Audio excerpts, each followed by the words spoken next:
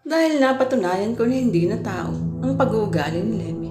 Katulad na rin siya ng ama niya. Naging kasabi na rin siya ng kulto ng ama niya nakabase sa Maynila. Napahagulhol ang babae. Animoy nananagulo ito sa sobrang kabigatang dinadala. Nalinhanang awa ang kainay galit sa dibdib ng dalaga. Kahit hindi pa nagiging ina, dama niya ang sobrang pagmamahal ng babae sa anak. Napagtanto rin ngayon ng dalaga na hindi si Adolfo ang pumatay sa mga gwardiya. Siguro kaya nandun ito sa likod ng bakuran nila ay para hadlangan si Levi sa planong pagkidnap sa kanya. Kaya rin sinusundan sila kanina para matiyak ang kaligtasan nila sa mga kamay ni Levi. Patawarin mo ako sa nagawa kong paglilihim. Mahal kong pamilya Calderon, ngunit mahal ko rin ang aking anak. Buong higpit na yumakap ang babae kay Sheena. Napaiyak na rin si Sheena sa kaawa-awang kalagayan ng katiwala nila. Inalipin ang mga ito ng takot kaya nagawang maglihim sa kanila. What a dramatic scene. Bravo. Nakakalokang tawa ni Levi habang pumapalakpak pa. Nakatayo ito sa labas ng selda. Kahit may malaking pasa sa mukha, lutang pa rin ang kagandahang lalaking ito. Ngayon lang napansin ni Sheena na 6-footer pala ito. Maamo ang mukha, ngunit may malademonyong pag-uulagali. Tama nga ang kasabihang you cannot judge a book by its cover. Pero sila, hinusgahan agad nila si Adolfo, ang kawawang si Adolfo. Napapitlag si Sheena nang buksan ni Levi ang pinto at pumasok. Patakbong niyakap ni Sonia ang anak.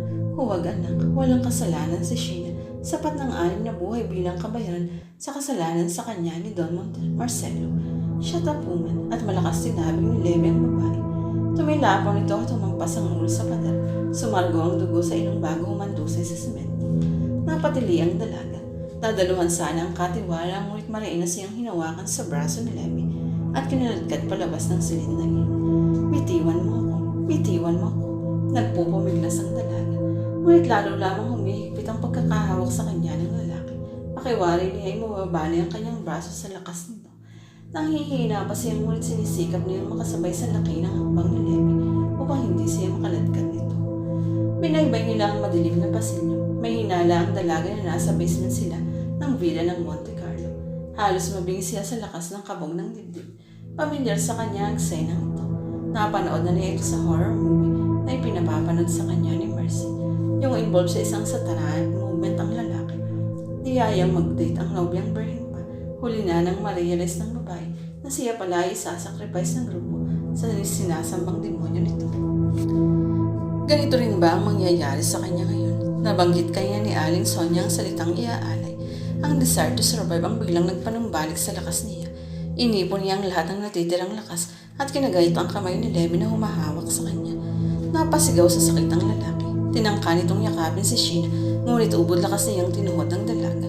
Namilipit sa sakit ang lalaki. Sinamantala yun ng dalaga. Tumakbo siya at umakyat sa hagdang nasa dulo ng pasilyong iyon. Pagsapit niya sa itas ay tumambad sa kanyang malaking sala. Higit na marangya at mas malaki kaysa sa salas nila. Bigla siyang napasigaw ng sumalubong sa kanyang malakas na hagupit ng latigo. Napaluhod siya sa marmol na sahig. Walang pagsidla ng sakit ang hapling na daraga. Tumudugo ang latay ng latigo sa kanyang mga braso. Nang magtaas siya ng ulo ay tumambad sa kanya ang lampas 80 anyos na lalaki. Halos puti na lahat ang buhok sa ulo at kulukulubot na ang mukha. Pero nakapagtatakang napakalakas pa rin ito. Isa siyang matandang replika ni Levi, si Don Rodrigo. Sa wakas, nahulog din sa aking mga kamay ang huling patak ng dugo ni Marcelo. Nakukumpleto ng aking paghiganti. Umeko sa buong bilyang halakhak ng matanda. Pinanayuan ng balihibong dalaga. Mas demonyo kung tumawa ang ama kesa sa anak. Pinahirapan mo ako babae ka. Malakas na sigaw ni Levi. Nakaakyat na ito mula sa basement. Namumula sa galit. Ang hawak na baril ay nakaumang na kay Sheena. Sindakang dalaga. She will also die young, tulad ng kanyang pamilya. Mali ang ginawang pag-aanalisa ni Marcy. Naalala niya ang panalangin laging iturturo ng lola niya noon. Inusal niya yun ng buong puso. Even though I walk through the valley of the shadow of death, I will fear no evil, for you are with me. O Lord, your rod and your staff, they comfort me. Isang putok ang kanyang narinig. Napaiktad siya. Isa pang putok ang muling umalingaw. Napasigaw na ang dalaga ng maramdamang may humawak sa kanyang balikat. Sheena, huminahon ka. Huminahon ka. Ako to si Oka. Sakalang dumilat ang dalaga. Nakita niya ang katiwala nga nilang humahawak sa kanya. Ligtas ka na. Mabuti na lang at hindi kami nahuli ng dating. Inalalayan ni Oka na makatayo ang mahina pang si Sheena. Napayakap ng mahigpit ang dalaga sa katiwala. Nanginginig pa ang buo niyang kalamnan. Sakalang niya napansing nakandusay sa sahig sina Levy at Rodrigo. Para pala sa mag-ama ang dalawang putok na kanyang narinig kanina. Sa ulo tinamaan ng matanda, samantalang sa dibdib naman si Levy.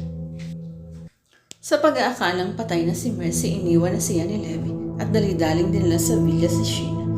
Nanumbalik na palang malay na ni Mercy.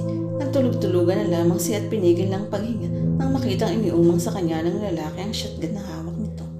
Nang makalis na ang patsero ay dali-dali siyang pumangon at tumakbo sa kabayan para humingi ng saklolo kay Momoka. Agad siyang dinala ng katiwala sa ospital sa bayan. Bago dumiretso sa presinto upang humingi ng tulong sa mga alagad ng batas, dinala ang bangkay ng mag-amang Monte Carlo sa morgue sa bayan.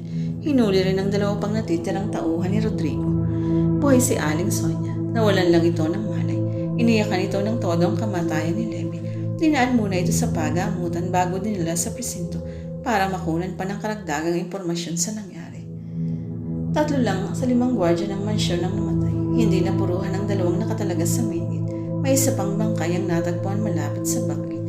Nakilala yun na isa sa 3 matatapat na tauhan ng mga Monte Carlo. May hinala silang si Adolfo ang nakapatay sa mga ito. Nakita sa pagamutan ng magkaibigan. Matagal silang nag-iiyakan habang mahigpit na nagyayakapan. Hindi pa rin sila makapaniwalang naligsarasan nila ang kamatayan.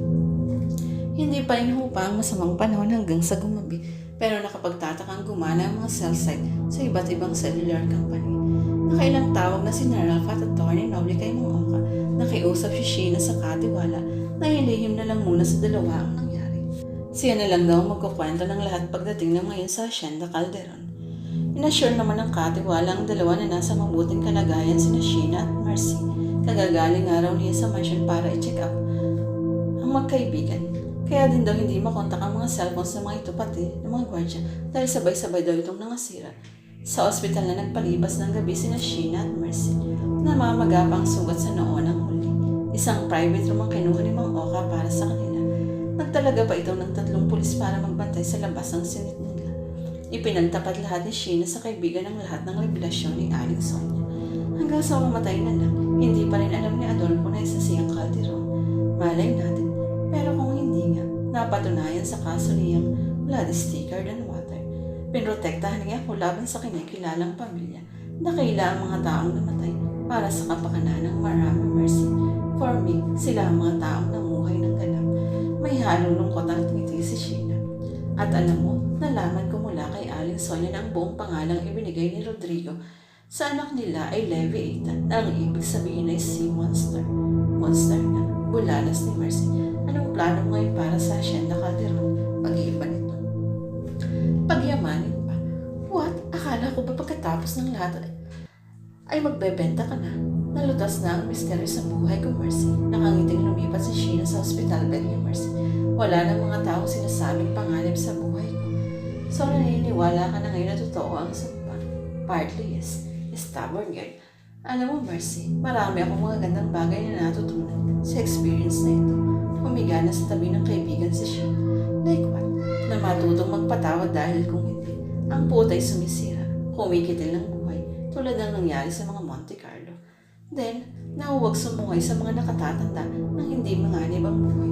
Tulad ko, nagrebelde ako sa ninang Margie ko. Ano pa? Na magtiwala lang ng lubos sa Diyos, siya lang ang tunay na makakapagligtas sa atin. Dahil sa pangyarihan, siya lang. Sa lahat. Ako rin, napatunayan ko rin yan kanina. Naglapitan ako ng Levy para i-check up kung buhay pa. Nanalangin ako ng taimtim na iligtas niya ako. At nangyari nga, unless mapapatunayan lang ang tunay at tapat na kaibigan pagdating ng hirap at panganib, tulad ng ginawa mo sa akin. Bola, nakangiting siniko ni Mercy ang kaibigan. I'm serious, Mercy. You are truly my one and only true friend. Lumapad ang ngiti ni Mercy. Palpayag na akong maging dakilang accountant ng iyong kaharian, mahal na Reyna, sa isang kondisyon. Kondisyon? Ano yun? Natigilan mo ng pagiging playgirl nang hindi ka makarma balang araw at nang makita mo rin ang lalaking perfect na maging lifetime partner tulad ni Ralph ko. Hirap namang kondisyon yan. Alam mo namang habulin ng mga cats ang beauty ng one and only true friend mo. Take it or leave it. Okay, I'll take it. Good.